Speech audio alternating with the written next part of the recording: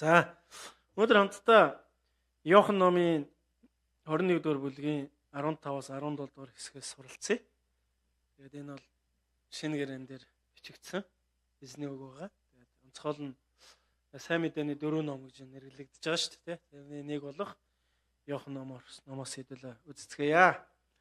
21-ийн 15-аас 17. За нэгэн сайхан шижигнэл уншаад өгч төгөө. Манайхнаас унших хүн байна. Сайхан бос зогсож байгаад. Танд Библи байгаа юу? Тэндээс болдоо өдөрдөж бослоо. За өдөр алга ташээ тий. 21-ийн 15-аас 17 хүртэл. Амен. За хөндийг минь хийжээ. Амен. Эзний үг бол гайхалтай юм а тий. Бид нар нэм гарагийн өглөө эзнийхээ үгийг уншсаар л байгаа шүү. 12 цагаас ч тий.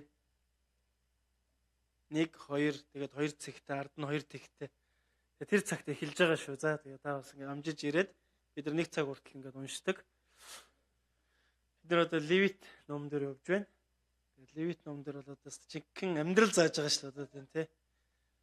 Тэгэл бэлгийн харилцаанаас ахвал бүх юм байгаа шүү дээ тэнд бол одоо тий. За. Ер нь би танаас нэг зүйл асууя. Гим нүгэл гэж юу юм бэ? Таны хувьд гим нүгэл гэж юу вэ? Библиэс таас яг юу сурж байгаа вэ? Мэдээж бүгдээрээ мэдж байгаа бох. Тэгээд өнөөдөр бас эргэж яхан сэргээх хэрэгтэй юм болов уу гэж би зүгээр ятгагдлаа. Тэгээд өнгөрсөн 7 хоног миний хувьд бас нэлээд хэдэн уулзалтуудтай байлаа. Олон хүнтэй бас уулзлаа. Тэгээд мөн бас ингээ албаны хүмүүстэй уулзлаа. Ингээд иймэрхүү бас уулзалтууд байлаа. Тэгээд энэ дунд нэг анзаарчихсан зүйл байлаа. Тэг ягаад ч юм би ингээд уулзсан хүмүүс дотор нэг 3-аас дээш удаа шүү. Уулзсан хүмүүс дотор амиа орлох сонирхолтой хүмүүс байсан. Амьдралд нь ямар нэгэн байдлаар амиа орлох юмсан гэж бодож байсан амьдралдаа. Хүн ер нь тэгээд амьдрал утга учиргүй болоод ирэх үед л тийм шийдэл хүрж байгаа шүү дээ ер нь тий. Нэгсэнд аргаа барж байгаа гэсэн үг шүү дээ. Аргаа бараад ирэхээр хамгийн сүүлийн шийдэл бол ер нь хүнд болов. За амиа орлох юм болов гэж боддог юм болов гэж зүгээр бодогдлоо л. За тэр дундаа би нэг албаны хүнтэй уулзаа явж байхад сүүлийн үед Солонгослуудаа 60,000 орчим монголчууд байгаа шүү дээ тий. Яг ер нь монголчууд ер нь юм гэмт хэрэгт их холбогддог гинэ. Тэгээ тийм учраас нэг юм шүүхтэр очих ч юм уу эсвэл шоронд орох нөхцөл ч юм ингээ байдаг гинэ. Тэгээд тийм одоо зүйл их байдаг. Тэгээд ихэвчлэн яадаг вэ гэхээр ингээд нөгөө мдэггүйгээсээ болоод ч юм эсвэл ингээд архи тарснаас болоод ингээд гэмт хэрэгт холбогдсон хүмүүс их байдаг гэж хэлжсэн. Тэгээд сая нэг албаны хүнтэй уулзаад ярьж байгаа үед сүүлийн үед цагдаагаар их явж байна гэл тэгж юм л яасан гэдгсэн чинь сүүлийн үед Монгол залуучууд их амиа орлож байна. Тэгээд тэр зүйлээс болоод мэдээж тийч нөө Монгол улсын иргэн учраас тий мэдэгдэн шүү дээ тий. Тэгээд албаны хүмүүс очиж уулздаг юм байна л. Тэгээд тийм гэмт хэрэг тийм одоо хэрэгүүд их ихссэн гэдэг ийм мэдээллийг сонслоо. Тэгээд яагаад ч мэдгүй өнгөрсөн 7 хоног нэг ийм мэдээлэл дунд ингээ нэлээ явлаа л. Тэгээд нэлээ бодоо залбираал ингээл явж байна. Тэгээд ер нь манай чуулганыхны амиа оролттой холбоотой ямар ойлголттой байд юм болоо. Тэр дундаа Христ итгэлт хүн яг энэ амь хорлт гэдэг зүйлийг ер нь юу гэж ойлгодог юм бол доо гэсэн юм зүгээр бодлоо төрөхгүй юу. Тэгээд яг бодож явж байлаа. Яг ер нь амь хорлолт гэдэг бол нэг хүний нэг тий амархан хийдэг зүйл бол биш байх. Өөр ингээд аргаа бараал тэр хүний хийж байгаа л үйлдэл байхгүй тий. Гэтэ яг үүндээ бид нар Библийг харах юм бол тэдгээр хүмүүс маань нөгөө нэг мэдхгүйгээсээ болоод тийм үйлдэл хүрж байгаа юм. Мэдхгүйгээсээ болоод. Яг энэний цаана ямар үр дүн байгаа вэ гэдгийг мэдхгүйгээсээ болоод ерөөс энэ амьдралыг л амархан дуусгачих гээд байгаа. Тэр хазаа магадгүй энэ одоо маш олон шалтгаантай л баг. Тэг өнөөдөр энэ тэг хүмүүс иймэрхүү нөхцөл байдалд хүрж байгаа нь тэг магадгүй тэг гэр бүлийн орчин нийгмийн орчин, улс их орн, тангал зөндөө л олон юмны одоо юм нөлөөллүүд байгаа юм. Гэхдээ тэр дундаа ер нь манай Монголын нийгэм тэр дундаа хүмүүст яг энэ талаар хэр их одоо юм За соён гэгэрэлгээд ярьчих л та ер нь тий. Соён гэгэрлийг өгдөг юм бол. Тий. Яагаад тэр хүмүүс энэ амиа хорлож болохгүй юм бэ гэдэг талаар хэр их ойлголт өгдөг юм бол. Тийм ирэн байгуулга байна уу?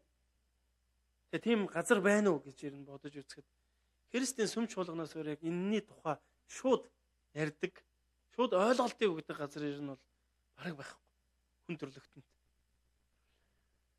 Тэгэхээр энэ өөрөө заримдаа бид нар ч нөө ийм зүйлийг ярих гэхэд тэгэхээр муу юм битээ яриараа гэл ингээд нэг тиймэрхүү хандлагатай байдаг шүү дээ ер нь тий. Харин Христийн чуулган дотор бол тийм юм байдаг.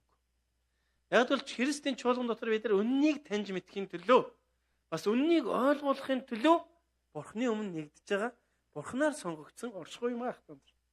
Амен. Тийм учраас бид нар ингээд ямар нэгэн зүйл бүү баригдаараа гэдэг нь үннийг таньж мэдхийн төлөө та өөртөө бүү зан үйл дотор баригдаараа л гэсэн үг. Ер нь бол тийм. Эзэн бид нар Христос сүм чуулганд ирснээр эдгээр зүйлс дотор бол үнэхээр гайхалтай чөлөөлөгдсөн шүү дээ. Бид эзэн дотор чөлөөлөгдсөн. Амен. Бурхан биднийг чөлөөлсөн шүү багтаа. Ямар нэгэн айцаас, ямар нэгэн зан үйлээс чөлөөлсөн шүү. Тэгээд заримдаа бид нар ч хариуцлагаас хэд их чөлөөлөгч яваад байдаг байхгүй юу? Эзэн чөлөөлсөн шүү дээ гэдэг ингээ тий. Өөр шүү. Тэгэхээр Библиэлд юу гэж хэлсэн бэ гэхээр амьдрал гэдэг зүйл бол шууд Бурхантай холбоотой зүйл гэж хэлсэн байна. Амьсгал бол Бурханых байхгүй. Минийх биш. Тэгэхээр бид нар одоо энийг яаж яах гэхээр Бурханы юмыг зээлж амьдарч байгаа байхгүй юу? Ойлгож байна уу те? Тийм учраас Бурхан юу гэж хэлсэн байдгийг гэхээр амьдрал бол минийхээ гэж хэлсэн байдаг. Маш товчхон хэлж үг. Тийм учраас бид нар энэ амьд хүрж болох. Хэрвээ бид нар энэ амийг алдах юм бол яах вэ гэхээр эцэстээ бүр аимшигтай зүйл бид нар хүлээж байгаа. Энэ дэлхий дээр туулж байгаа тэр хэцүү амьдралаас бүр илүү аимшигтай зүйл биднийг хүлээж яадаг байхгүй юу? Тийм учраас Бурхан юу гэж хэлсэн бэ гэхээр аминдаа бүх хүрээрээ гэж хэлсэн байна. Ойлгож байна уу те? Харин аврал хүрээрээ гэж хэлсэн байна. Амен. Тийм учраас энэ дэлхий дээр Иесус Христийн сүм чуулгана. Тэр дундаа эзний үг асар үнцэнтэй юм ахтана. Яг гэвэл энэ зүйл үннийг илчилж өгдөг. Тэгэхээр магадгүй ахтанараа таны эргэн тойронд залуучууд, залуу үе байгаа бол энэ талаар зааж сургаж агаар. Магадгүй өмнө та юу ярихаа мэдэхгүй байдаг гэж болно. Хайсан байж бол. Харин өнөөдрөөс өөр шүү. Яасан? Амьдрал гэдэг бол Бурханых, минийх биш. Тийм учраас бид тэр Бурханы юмд хүрэх эрх байхгүй байхгүй юу? Бид нар хамгийн сайн мэдэн шүү дээ. Хүний юмд хүрч болохгүй шүү дээ, тийм үү? Та ингээ хүний сүмд сууж байгаа хүний цүнхнээс хулгай хийж болохгүй шүү дээ. Магадгүй автобусын дотор явж байгаа та болохгүй байхгүй юу? Яг болгож болно заяа. Тэгээ баригдвал бид нэр хариуцлага хүлээх байхгүй юу? Яах вүлээ? Шоронд орно шүү дээ. Тийм үү? Шоронд ордог юм гэхэд хуулийн дагуу хариуцлага хүлээнэ л гэсэн үг шүү дээ. Тэр яг түүнтэй адилхан бид Бурханы юмд хүрэхэд бас тэр хариуцлагыг авнаа л гэсэн үг. Ойлгож байна уу те? Тийм учраас зөвөр энэ зүйлийг оршил болгоод хэлж өгье гэж бодлоо. Тэр яагаад хүний амьдралд ийм зүйл байгаа вэ гэхээр энэ шууд гим нүгэлтэй холбоотой байна. Гим нүгэл. Гим нүгэл гэж юу вэ? Дахиад гим нүглийн талаар бүгдээр маш цэгцтэй ойлголттой бол яах вэ? Бид нар Библийг харах юм бол гим нүгэл гэдэг бол Бурханаас харилцаа тасарсан юм аа. Юу гэж вэ? Бурханаас харилцаа тасарсан явдал бол гим нүгэл юм аа. Нэг өсөндөө амьдралынхаа аливаа зүйлд амьдралынхаа үйл явц дотор Бурханаас аливаа зүйлийг дээгүүр тавьдаг болсон гэсэн үг байхгүй юу? Нэг өсөндөө Бурханаас өөр зүйлийг шүтэнэ болгосон гэсэн ойлголт ер нь. Ойлгож байна уу те? Энээс болоод Бурхан хоёрын харилцаа тасарсан. Энэний хамгийн тод жишээ бол бидний амьдралд байгаа бас үн цэнтэй зүйлүүд шүү дээ. Үн цэнтэй зүйлээр бид нар амьдралынхаа утга учирыг олж байгаа л доо. Гэхдээ тэр зүйл маань Бурханаас дээгүүр байж болохгүй гэсэн ойлголтыг Библи зааж байгаа. Харин дээгүүр тавиад ирэхээр л энэ өөрөө гим нүгэл болж байгаа. За хоёр дахь нэг ойлголт нь юу гэхээр хүн хоорондын харилцаа тасарсан, хагарсан баг. Хагарал үүссэн. Юу гэсэндээ хүн хүнтэйгээ харилцаж чадах болсон гэсэн. Ер нь бид нар чинь хүнээс л гомдол авдаг шүү дээ, тийм үү? Хүнээс л шархаавал яваад байдаг. Зөв үү? Ийм зүйл болсон баг. Энэ нь өөрөө юу гэхээр гэм нүгэл гэж. Гурав дахь зүйл нь юу гэж? Гурав дахь зүйл нь Бурхны бүтээсэн байгаль дэлхийтэй буруу харилцаатай болсон. Юу гэсэндээ байгаль дэлхийн харилцаа бас тасарсан гэсэн. Библийг бид нар Эхлэл номдор очих юм бол анхны хүмүүс чинь яаж байсан бэлээ? Бурхны бүтээсэн бүтээл донд амьдарч байсан шүү дээ. Урмал, ногоо, жимстэй тэрийг чи идэл хоол хүнсэн жимс байсан байгаа шүү дээ. Ер нь бол тийм үү. Тэгэл зэрлэг араад нь амьттай урт хамт амьдарч байсан байгаа даа шүү. Тэг яасан? Гэм нүглээс болоод маш товчхондоо хэлж өгье. Энэ гурван зүйл тасарсан баг. Тэгэхээр энэ гурван зүйл бол хүн төрлөختний гэм нүгэл юм аах юм. Тэг яагаад тасарсан бэлээ? Яасан бэлээ? Дуулуургүй байдлаас болж ийм зүйл бий болсон. Бурханд дуулуургүй байснаас болж хүний амьдралд гэм нүгэл орж ирсэн юм аа. Ойлгож байна уу те? Тэгээд яасан бэхээр хүн хөтөг болсон. Тэгэд яасан бэхээр хүн Бурхны оршихугаас таслагдсан баг. Энэ нь өөрөө гэм нүгэл. Яг хөө бид нар нөгөө тэ худлаа ярих, хулгай хийх тэ ариун бус байх гэднэр ч мэдээж гэм. Гэтэ энэ бол зүгээр тэ ёс суртахууны зүйлүүд шүү дээ.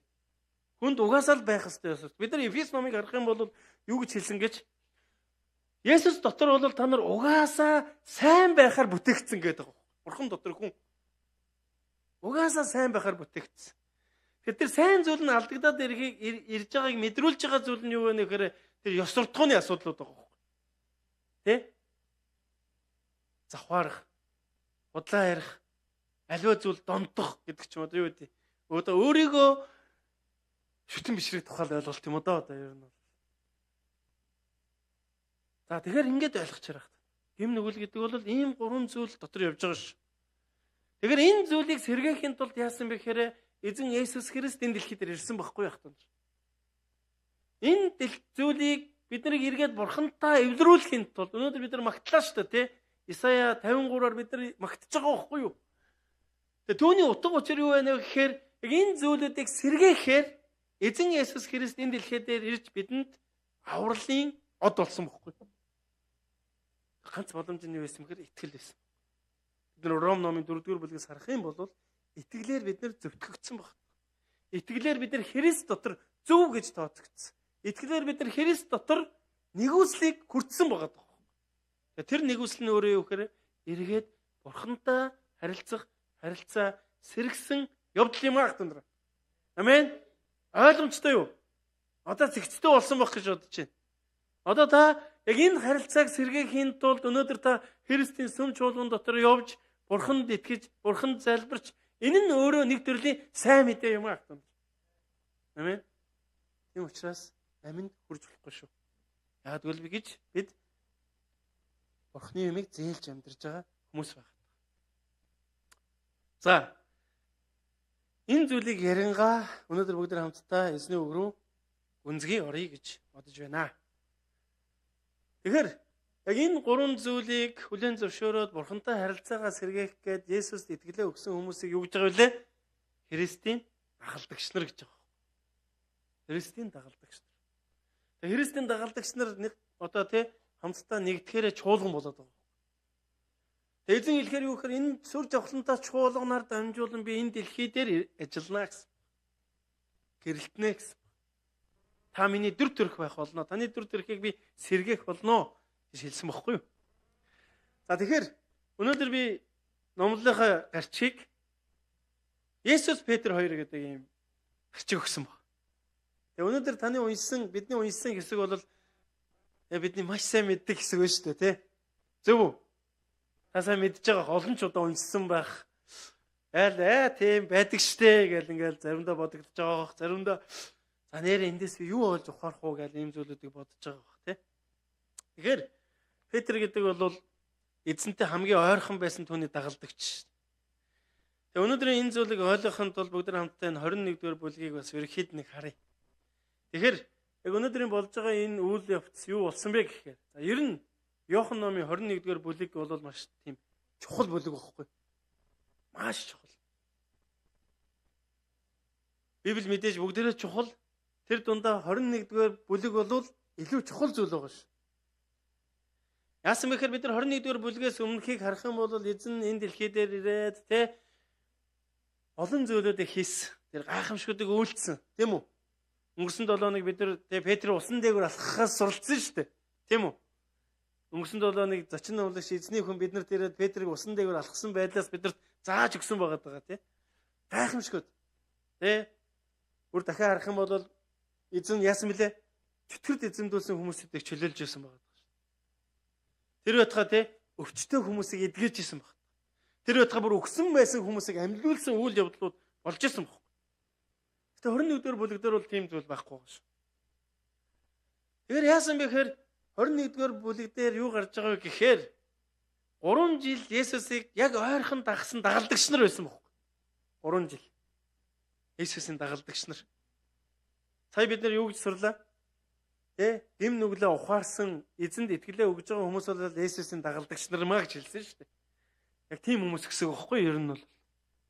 Тэгээ 3 жил Есүстэй маш ойрхон түүний хийж байгаа одоо саяны энэ бүх гайхамшгуудыг нүдэрээ харсан. Тэгэд яг дэрэгдэн байсан. Яг Есүс өдөр тутамдаа юу хийж амьдарч байсан бэ гэдгийг харж байсан. Тийм одоо дагалдагч нар байх. Тэр яг үнэндээ тэр дагалдагч нар бол хамгийн эзнээс бол одоо хамгийн сайн суралцж байгаа хүмүүс байгаа шүү дээ, тий. Тэгсэн тэр юу болсон бэ гэхээр сони юм болсон. Есүс хүн төрлөختний төлөө ирээд загалмаа дээр цовдлогдоод тэр өглөөс амилсан. Амиллаа гэж бас хэлсэн. Тийм үү? Олонтоо хэлсэн. Тэгэхээр 3 жилийн хугацаанд нөгөө хамгийн ойрхон байсан дагалдагч нар нь их сонссон байж таарна үстэй. Тэднэртэй олон удаа иш үзүүлсэн байж таарна үстэй. Тэднэртэйгээ олон удаа сэтгэлээ хуваалцсан байж таарна үстэй. Тэгэхээр хамгийн сайн мэдж байгаа нэг нь тэднэр ихгүй юу? Эзэн Есүс Христ загалмай дээр цовдлогдсны дараа болж байгаа үйл явдлын 21-р бүлэг дээр гардаг. Тэгээ тэн дээр яасан бэхээр эзэн Есүс Христ 40 хоногийн туршид дагалдагч нар болон хүмүүст яасан бilé? Үзэгдсэн шүү дээ. Яаж үзэгдсэн бilé? Өөрийгөө амилсан гэдгээ нотолсон бохгүй. Нэг өснөө тэр загалмай дээр цовдлогдоод булшин булагдаал тавигдаал алга болчихгүй бохгүй юу? Хариу үл байсан бохгүй юу? Тэгээ тэр загалмайдаа цовдлогдоод өгсөн ч гэсэн тэр эргээд хариу үйлдэл үзүүлсэн бохгүй юу? Тэр мэддэхгүй алга болчиход би та нар ариун сүнсээ илгээнэ гэж хэлээгүй гэсэн. Тэгээ яасан бэ гэхээр энэ 21-р бүлэг тэр чигээрээ эзэн Есүс Христ амилснаа гэрчилсэн үйл явдал баг. Тэрүүгээрээ гайхамшигтай ах танд. Амен. За тэгээд юу болсон бэ гэхээр нөгөө 3 жил дагсан нөхдүүд чинь яасан бэлээ? Авширдэн шүү дээ ер нь бол тийм үү? Тэгсэн үстэй. За тэр дундаа өнөөдөр энэ онцлон яригдж байгаа Петр бүр илүү хогийн зан гаргадаг байхгүй ер нь бол. За 21-р бүлгийн 1 дээр яасан бэ гэхээр ингэж байгаа. Түүнээс хойш Есүс одоо яасан бэ гэхээр булшин тавигдаад тэгээд тэр амилж байгаа үйл явцын дараа түүнээс хойш Есүс Тибер тэнгисийн хаваар өөрийгөө шав нартаа дахин харуулв. Тэр өөрийгөө ингэж харуулжээ. Симон Петр ихэр гэгддэг Томас, Галилийн Канагийн Натанел, Зебедийн хөвгүүд бас түүний шав нараас 2 өөр хүн цугтаа байв. Симон Петр тэдэнд би загас барихаар явлаа гэхэд тэд бид ч бас чамтай хамт явъя гэд завиндаа суваа гэсэн баг.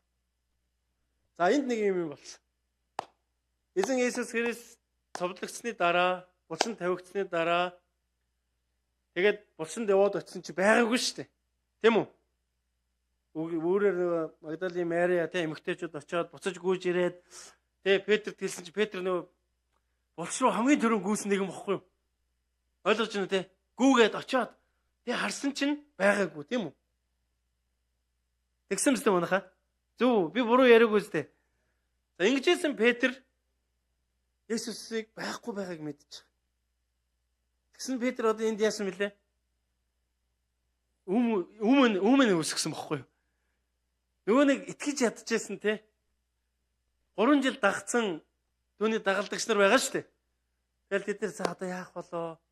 Тэ эзэн одоо бидний дунд дахиж байх болов? За бид нар одоо яах ёстой вүлээ гэд ингээд нэг мэргэлзээтэй. Нэг дагах уу байх уу? Цаашаа яах вүлээ гэд ингээд бодож ирсэн. Түүний дагалдагч нар дунд Петр одоо жиг өөмөлсөн бохгүй. Юу гэсэн бэхээр за би ер нь амиа бодлоо. Би ер нь буцаж очиод те ер нь засаа барихаар шийдлээ гэсэн шүү дээ. Тэгсэн үү?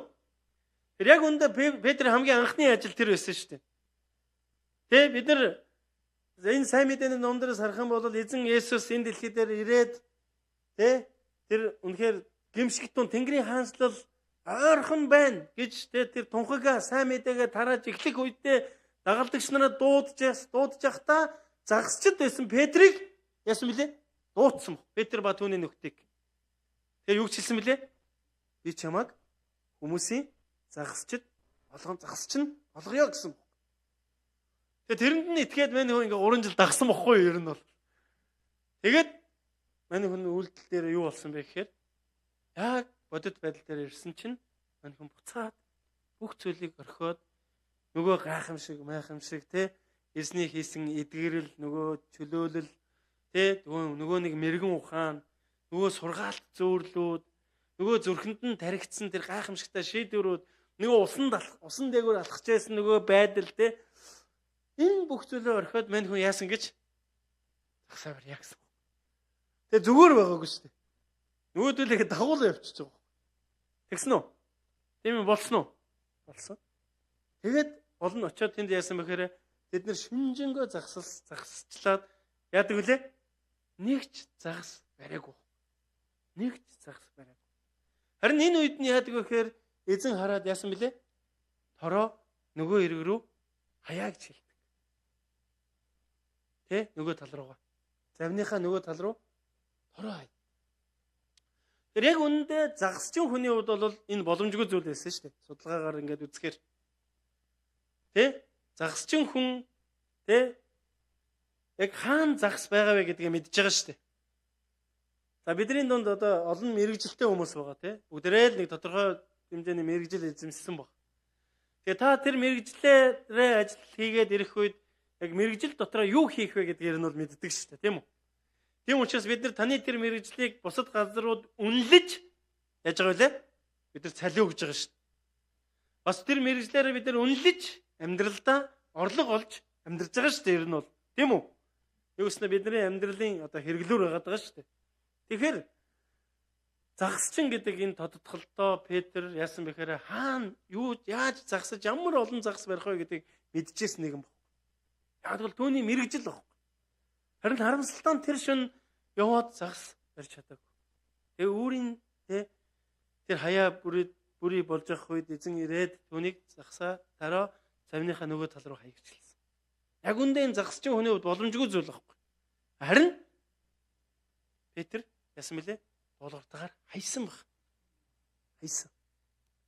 Тэгэд юу болсон бэлээ? Цаашаа энийг ингээд үргэлжлүүлээд харах юм бол асар их загас өрсөн гэж байна шүү дээ. Асар их загас өрсөн. Нөгөө боломжгүй нөхцөл байдал дотор боломж бий болсон гэсэн үг байхгүй байх та нар. Тэгээд ч юмор дийлэхгүй байсан байгаа даа шүү дээ. Бусдаас тусламжгүй байсан байгаа. Яг та нар бид нар энэ зүйлээс нэг зүйлийг олж харах хэрэгтэй. Юу гэхээр бидний амьдрал Бурхны тусламжгүйгээр хэцүү байх болно гэж.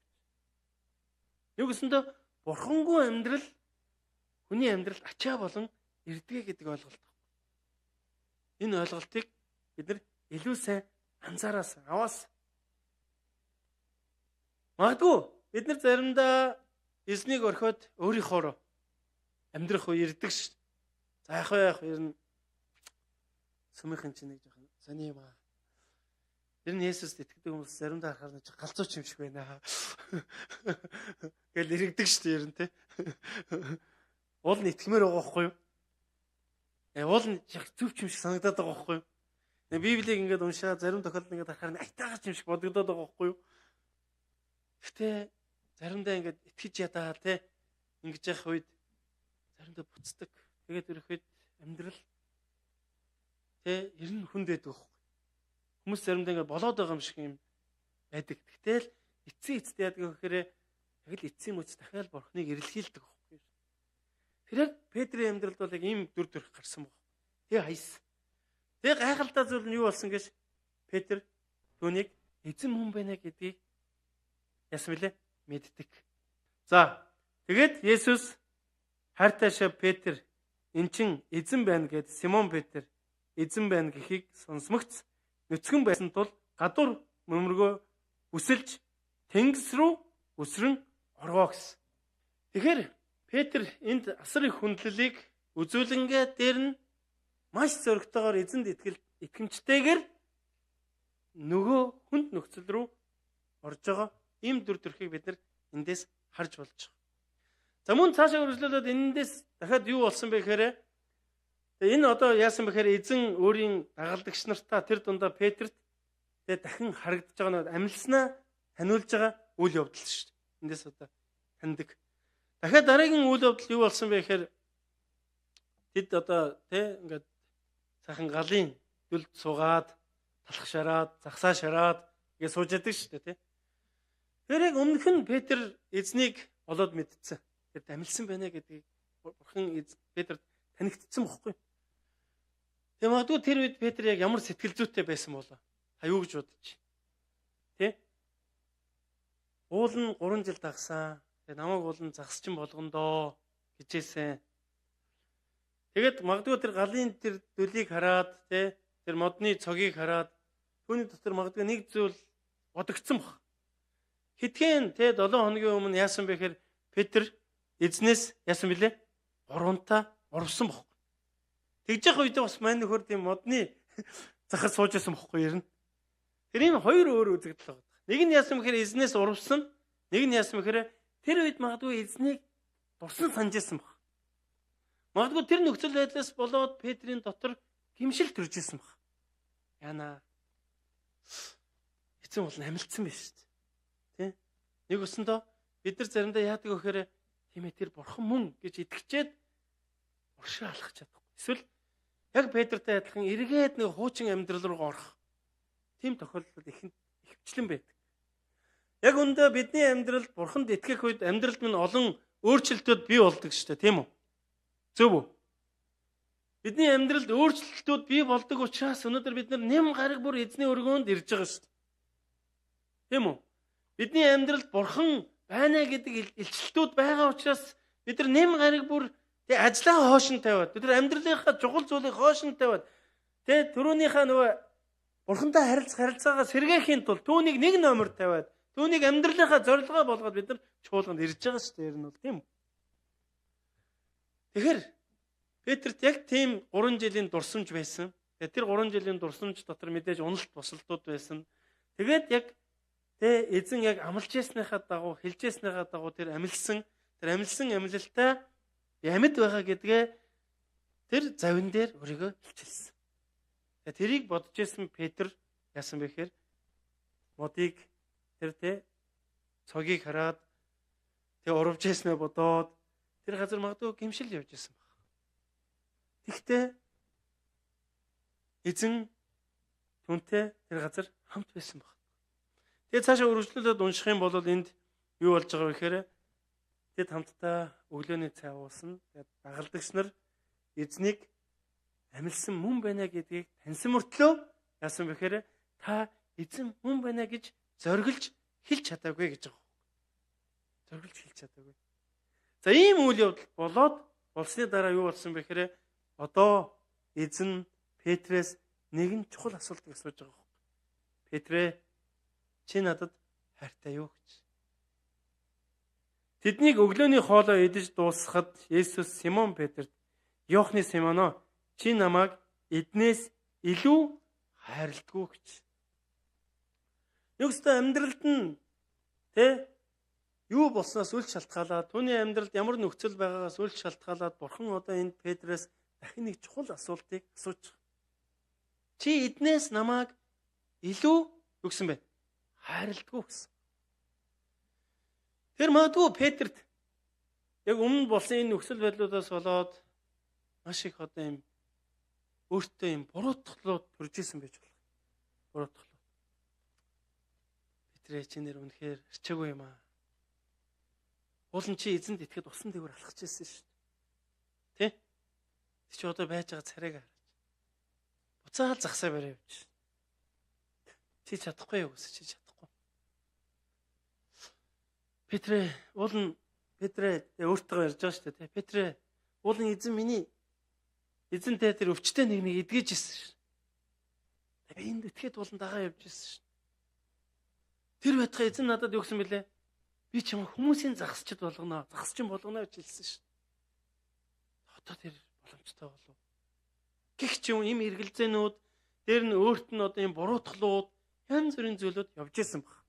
Найдвартай ийм зүйл явж исэн баг. Петрийн сэтгэл дотор. Магадгүй бид нар заримдаа бидний амьдрал ч гэсэн ийм зүйл тохиолддог юм шиг анзаардаг байхгүй. Бид болон хичээгээл уршаа алхаж байгаа. Тийм ээ би бурхныг дагаж амьдрмаар байна. Тийм ээ бурхан чинь гайхамшигтай шүүд.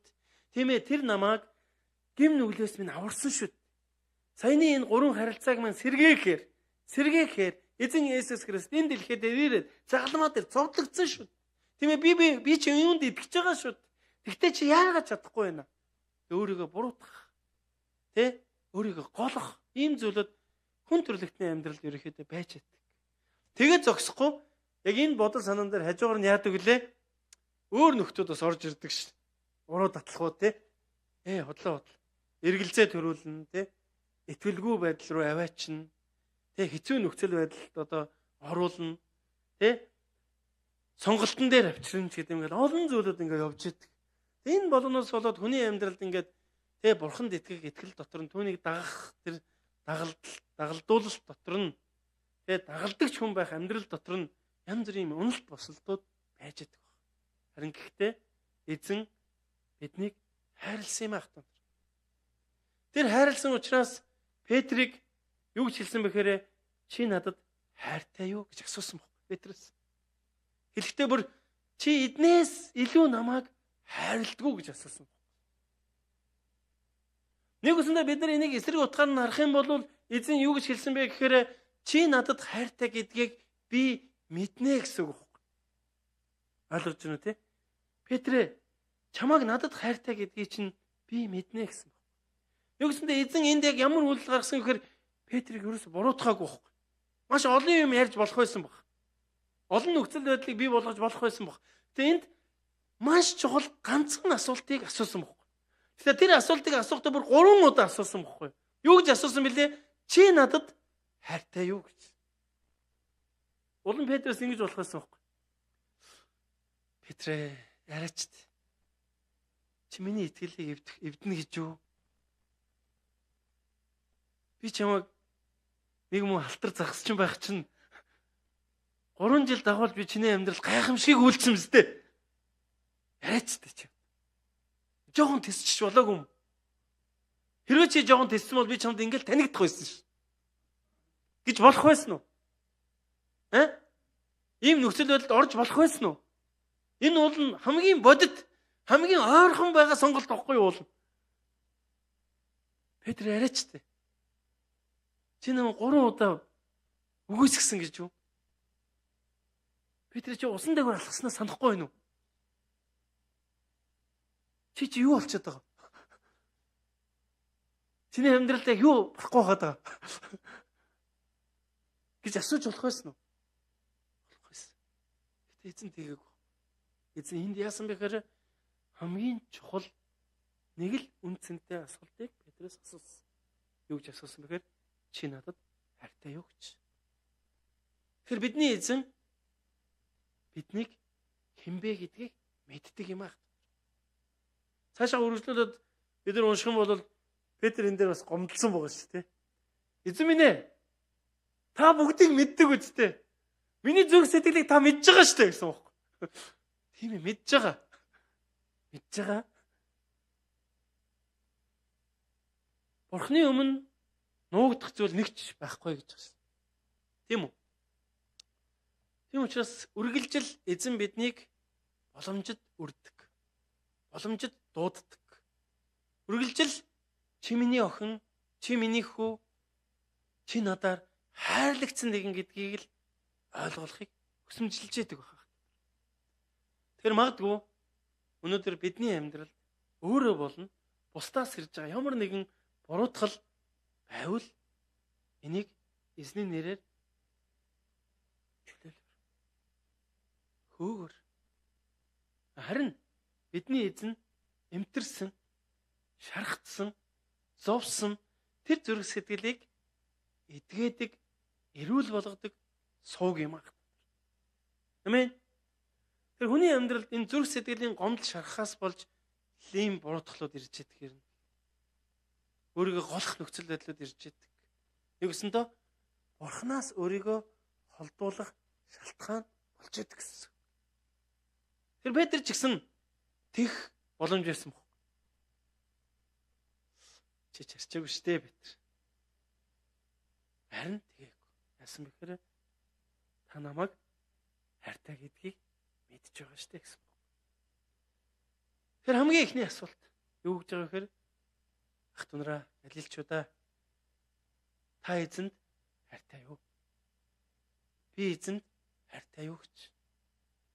Яг л бидний эзэн биднийг аврахаар бидний тэр амьдралын бүх нөхцөл байдлыг мэдж байгаа учраас тэр бидний тэр гэм нүглийг уучлахаар Бурхантай тэр харилцааг сэргээхээр энэ дэлхий дээр ирсэн эзэн юм аах танд. Тэр үнц нь бол загалмаа үнц нь юм аах танд. Амен. Тэр өнөөдөр хамтдаа дахин эзний нэрээр босцгоё яах. Дахин эзний нэрээр сэрэгцгээе. Хоёр дахь нэг асуулт эндээс гарч ирж байгаа. Тэр эзэн мэдж байгаа юм бол Петрэс дахин асууж байгаа. Яг үндэ энэ бас Петрийн зөв байгаа даахгүй гомдлох нь те. Та мэдчихэж надаас яагаад асуугаад байгаа юм бэ? Намайг шалгаад байгаа юм уу? гэж штэ те. Гэж штэ. Тэр биднийг хайрлсан Бурхан, биднийг яг байгаагаар нь биднийг үнэхээр ямар ч тэр нөхцөлгүйгээр хайрлсан Бурхан биднээс юу хүсдэг вэ гэхээр чин сэтгэлийг хүсдэг. Чин сэтгэлийг. Бид үнэхээр Бурханыг өмнө тавихтаа чин сэтгэлээр байна уу? Бид бусдтай харилцахдаа чин сэтгэлээр байна уу? Бид үнэхээр Бурханы бүтээлд хандахдаа чин сэтгэлээсээ байна уу? Нэгсэнтэй яг тэр Бурханаас авсан тэр өрөөлөөр, Бурханаас авсан тэр итгэл дотор аливаа зүйл мань явж гинүү гэдгийг үргэлжил харахыг хүсэмжилдэг байгаад байна. Тэр энэний хамгийн тод жишээ юу гэхээр бид эзэнд итгэхэд ирэхээр бидний амьдралд Бурханд үйлчлэх сонголтууд бий болдог шин. Бурханд үйлчлэх шийдвэрүүд бий болдог, тийм үү? Амьдралд минь гарсан нэг том шийдвэр тэр шүү дээ, итгэж болсон. Би Христэд итгээд хамгийн түрүү миний гаргаж байгаа нэг шийдвэр юу гэхээр чуулганы гишүүн болох байхгүй. Ойлгож байна тий? Чуулганы гишүүн болно гэдэг чинь чуулганы альва зүйлд эзэн болж хамт байна гэсэн үг шин. Энэ бид нар Бурханд хайртайгаа илэрхийлж байгаа нэг хэлбэр байхгүй юу ер нь? Тийм үү? Тийм учраас олон үйлчлэгч нар төрж гарч ирж байгаа магтаал, угтан, номлогч нар за одоо юу гэдэг зөвхөн итгэгч нар ч байж болно. Ер нь ингээл ийм шийдвэрүүд гарч байгаа. Нэгсэнтэй хамтдаа цуглахаа умартдаггүй гэсэн үг байхгүй юу? Тийм үү? Энэ өөрөө юу гэхээр бидний чин сэтгэлээс гарч байгаа зүйл. Чин сэтгэлээс байгаасаа гэдгийг Бурхан хүсэмжилдэг юм аах түнэр. Тэгэхээр яах нь аах түнэр? Өнөөдөр Галилч чуулган хэдэн цагаас эхэлдэг вүлээ? 2 цагаас эхэлдэг штэ. 2 1 ерөөсөө биш. 2 5 ерөөсөө биш. 2 10 ч биш. 2 30 ч биш. Бүр цааш нь 3 ч биш заяа. Хэдэн цагаас 2 цагаас эхлэх шийдвэрийг Бурхан өгсөн баг. Яг энэ шийдвэр дотор Галилч чуулган 20 хэдэн жил явж байгаа. 23 жил юм уу да? 23 жил яг энэ шийдвэр дотроо энэ Бурханаас өгсөн өрөөл واخгүй юу? Энэ цагийг өгсөн бохгүй. Тэгээд бид нар сахиж байгаа гэсэн. Тэр энэ ямар нэгэн албадлага, ямар нэгэн хүнээс болж ирдэг газар шарин Бурханаас болж энд болцсон цагтаа эзний өргөнд ирдэг шийдвэр واخгүй байх тань. Амен. Энэ нь өөрөө юу гэхээр бидний чин сэтгэл юм а гэдгийг өнөөдрийн үг харуулж байгаа. Мөн үйлчлэл. Заримдаа бид нар ямар нэгэн үйлчлэл хүлээж аваад тэрийг ингээд өөртөө ингээд юм дарамт болгон хэрэгэлдэг. Авч явдаг, хэрэгэлдэг ч байхгүй тий. Тэгээ тэрнээсээ болоод стресст ордог. Тэгээ стресснээсээ болоод хэн нэгнийг буруутгадаг. Тийм үү? Тийм зүйлд ордог шүү дээ. Тэр нь яаж нэхээр бид нар энэ чин сэтгэлийг биш болоод ирэхээр л аливаа зүйл ийм болоод ирдэг юм а гэдгийг ойлгох хэрэгтэй. Харах хэрэгтэй.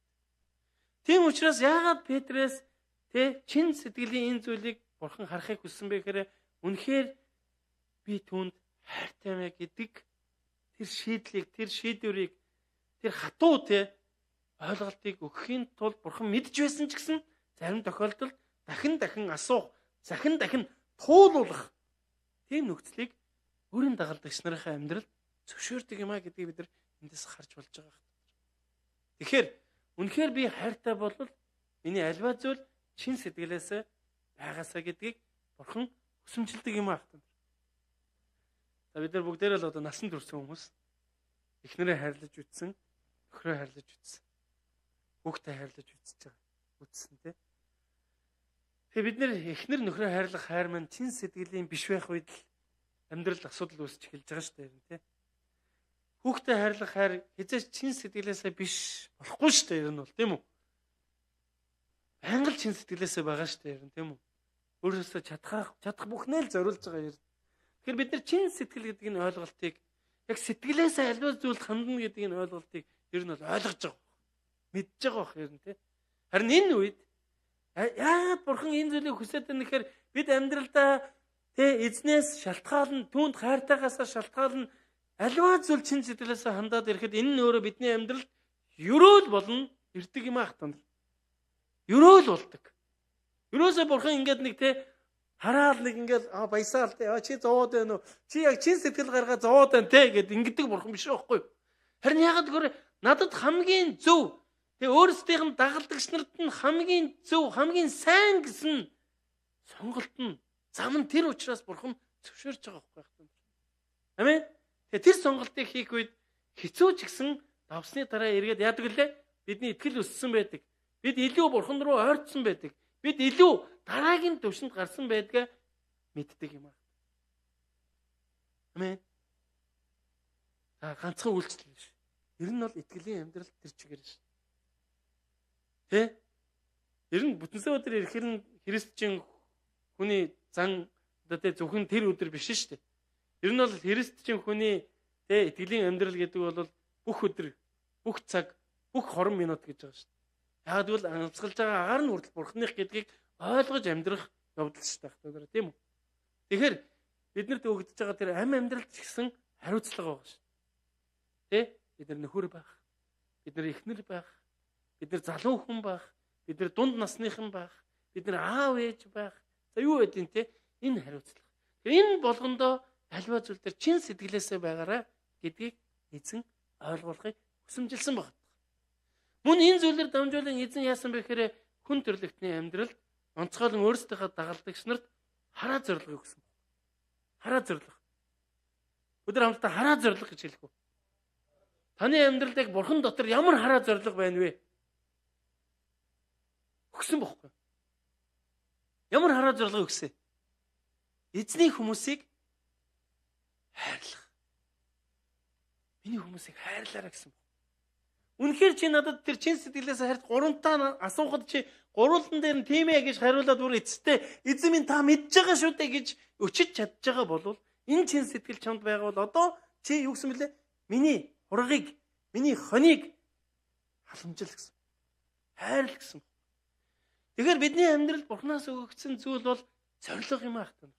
Тэгэхээр тэр зориг дотор бид үргэлжил өснө дэвжиж үргэлжил бид нар Бурханы дүр төрхийг харуулж уршаа алхаж яадаг байна. Тэгээ энэ дүр төрхөөр дамжуулан яадаг гэхээр бидний эзэн алдаршиж яадаг байна. Тэр алдраар дамжуулаад яадаг гэхээр бидний амьдралд бүх тэр хөгжил дэвшлүүд бүх өрөөлүүд явж яадаг юм аах та. Тэгэхээр Бурхан дотор хараа зорилгыг тээгээрэй гэж эзний нэрээр ятгах байна аах та. Бурхан дотор шүү. Бид нар ч яг өөрөө өөртөө хараа зорилго бий болгоод ноод идэг те. Яг зөвлөдөө энэ амьдралын утга учир. Гэхдээ одоо бид нар Христийн дагалдагчдын хувьд Бурхан надаар дамжуулан яг юу хийхийг хүсэж байна гэдэг нь илүү утга учиртай юм аа. Энэ бол хүн төрлөختний утга учир юм шиг. Тэгээд ирэх юм бол одоо юун тэр ам хорлох вэ ер нь. Ямар ч хэцүү нөхцөл байдлыг даваа гарч байгаа шүү дээ. Тэр итгэл, тэр хүч Бурханаас ирж байгаа шүү дээ. Амен. Тэгэхээр тэрийг бүгдээрээ бид нар мэдрээд явж байгаа хүмүүс юм аа. Тэгэхээр танд энэ зүйлийг өгөхийн тулд Бурхан хүн бүрт өөр өөрсдийн гэсэн авьяас бэлэг, талантууд, чадвар, мэдлэг, цар хүрээ, нөхцөл байдал, мөн таныг дагуулж байгаа амьдралын тэр цаг мөч бүр ерөөсөө л энэ зүйлийн төлөө байгаа шүү багтана. Магадгүй Петр буцаж загсан дээр очиагүй бол эзэнд хайртай гэдгийг ойлгохгүй байх байсан ч юм билүү. Тийм үү? Магадгүй Петр тэр уугж байгаа утааг хараад гимшээгүй байсан бол эзэнд хайртай гэдгээ ойлгохгүй байхсч байсан ч юм билүү. Тэ? Тэр юу гэхээр Бурхан таныг хайрлсан юм. Тэр энэ хайр өөрөө чин сэтгэлийнх байвал бидний амьдралд бусад үр жимсүүд гарч явах болно гэдгийг өнөөдрийн үг маш тодорхой хэлж өгсөн юм байна. Амен. За би дахин уншиж өгье. Петр Есүс Петрийн харилцаанд донд өлийн зүйл болсон. Тэр хоёр зүйлийг ойлгоорой. Нэг нь би Есүс, би Бурханд хайртай юу? Хоёр дахь нь миний дэлхий дээр аливаа зүйлд хандж байгаа хандлага Бурханаас шалтгаална би болж гин үү? Эсвэл өөр зүйлээс болно шалтгаална би болж гин үү гэж. Юуны төрөнд бид эзнийг өмнөө тавих нь энэ нөр аврал байгаа шүү. Амен. За. Тэднийг өглөөний хоолоо идэж дуусахад Есүс Симон Петр, Иохны Симоно, чи намайг эднээс илүү хайрладгүй гэж асуухад тэр тийм ээ. Эзэн танд хайртайг минь та мэднэ гэв. Есүс түүнд хургнуудыг минь тэжээ гэлээ. Дахин Есүс хоёр дахь удаага түүнд Иохны Симоно, чи намайг хайрладгүй гэхэд тэр түүнд тийм ээ. Эзэн танд хайртайг минь та мэднэ гэв. Есүс түүнд хоныг минь хариул гэлээ. Есүс түүнд гурав дахь удаага Иохны Симоно, чи намайг хайрладгүй гэв. Чи намайг хайрладгүй гэж тэрээр гуравтаа асуусан учраас Петр яасан мөлий? Гониглов. Тэр эзэн минь та бүх юмсыг мэддэг. Танд хайртайг минь та мэднэ гэвэ. Есүс түүнд хондийг минь тэжээ гэсэн. Тэр таны амьдралд өгөгдсөн Бурханаас өгсөн хараа зорилгоор дамжуулж хүн төрлөختөнд Бурханы бүтээсэн тэр Бурханы төр төрхтэй хүмүүс гим нүглээс чөлөөлөгдөд зогсохгүй бас тэжээгдэх болно. Амен. Тэгэхээр та салбарда дуудагдсан дуудлага бүр дээр тэгэхээр эзний хүн байгаар. Эзэнд хайртай нэгэн байгаарэ гэж эзний нэрээр ятгах байна. Хамтдаа залбирая.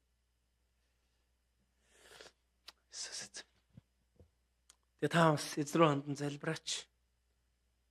Тийм ээ, бас асууж үзээш. Тийм ээ, би үнэхээр хайртай юм уу? Эзэн ч гэсэн надаас өнөөдөр яг энэ асуултыг, энэ хариултыг авахыг хүсэж байна уу?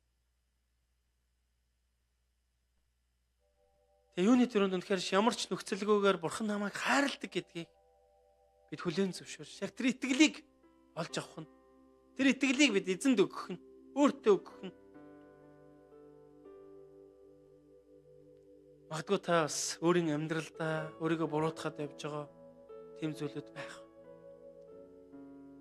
Чи ийм зүйл хийсэн чинь сүмд очих хэрэг байхгүй.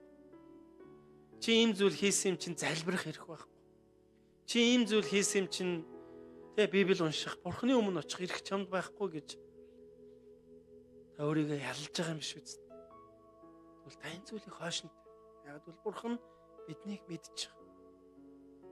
Зүгээр л бид байгаагаар тэр шийдвэрт тэр чин сэтгэлээс эзний өмнө очдог тэр нэг нь байхын тулд эзнээс асууж бас түүнээр хандан залбирцгаая.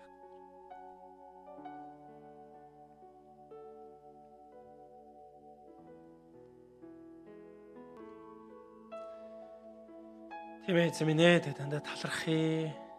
Эзэн минь ээ, тэгээ та бидний хамгийн үнцэнтэй нэгэн билээ. Бидний зүрхэнд та итгэлийг өгч амьдралын минь үнцэнд болсны төлөө танд талархъя эзэн. Итгэлээр дамжуулж та бидний амьдралд үннийг ойлгуулж, үнэн дотор та бидний өдрөөс өдөрт илбэржүүлж байгаа. Өдрөөс өдөрт та бас өөртөө ойртуулж байгаа танд талархъя эзэн. Эзэн та биднийг хайрлсан хайрын төлөө үнэхээр талархаж байна эзэн. Эзэн хэн байхаас үл шалтгаалаад өнөөдөр та өөрийн оршихуйдаа байлгаж, өөрийн үгэн дотроо та биднийг төвчээртэйгээр суулгаж, чадан ядан бас таны үгнээс суралцах тэр чин сэтгэлтэй байлгаж байгаа танд талархъя эзэн. Эзэн та өөрийн чуулганыг илүүгээр өрөөж өгөөч. Тэмээ тэр Петрээс асуусан таны тэр чухал асуулт. Та нар Петрэ чи надад хайртай юу гэх энэ асуулт. Өнөөдөр амьдралын минь өдөр хоногуд дээр ч гэсэн байгаа юм биш үстэй. Эзэн минь байгаа бол та бидний зүрхийг илчилж өгөөч. Зүрх минь зөвхөн танаас шалтгаалахад та туслаач эзэн. Иесусээ таны өргөнд баяр хүртээ сууч. Таны өргөнд талархалтай зогсож таны өмнө даруугаар ирэгч нэгэн байхад туслаарай эзэн минь. Магадгүй таны дуудсан хүүхдүүдийн амьдралд ямар нэгэн буруутгал, үл ойлголцол, бас буруу ойлголтууд, эргэлзээнүүд, үл итгэл аливаа зүйлс байгаа бол эзэн та тэдгээр зүйлүүдийг минь та өөрийн хүчит оршихуугаар бас амьд үгээр та үнэн дотроо та дүүргэж та бидний бүтэн болгож өгөөрэй эзэн минь. Иесусээ үнэхээр танд талархъя эзэн. Бидэнд үргэлжил боломжийг олгож өнөөдөр та биднийг амьд байлгаж байгаагийн төлөө танд талархъя эзэн. Учир нь амьдрал бол танаас юм аа эзэн. Үнэхээр танд талархна. Энэ цагт бид хамтдаа эзэн рүү хандан залбирч байна. Та бидний ирэх өдрүүдэд хамгийн сайнаар хөтлөх болтугай. Иесус эзний нэрээр залбирлаа.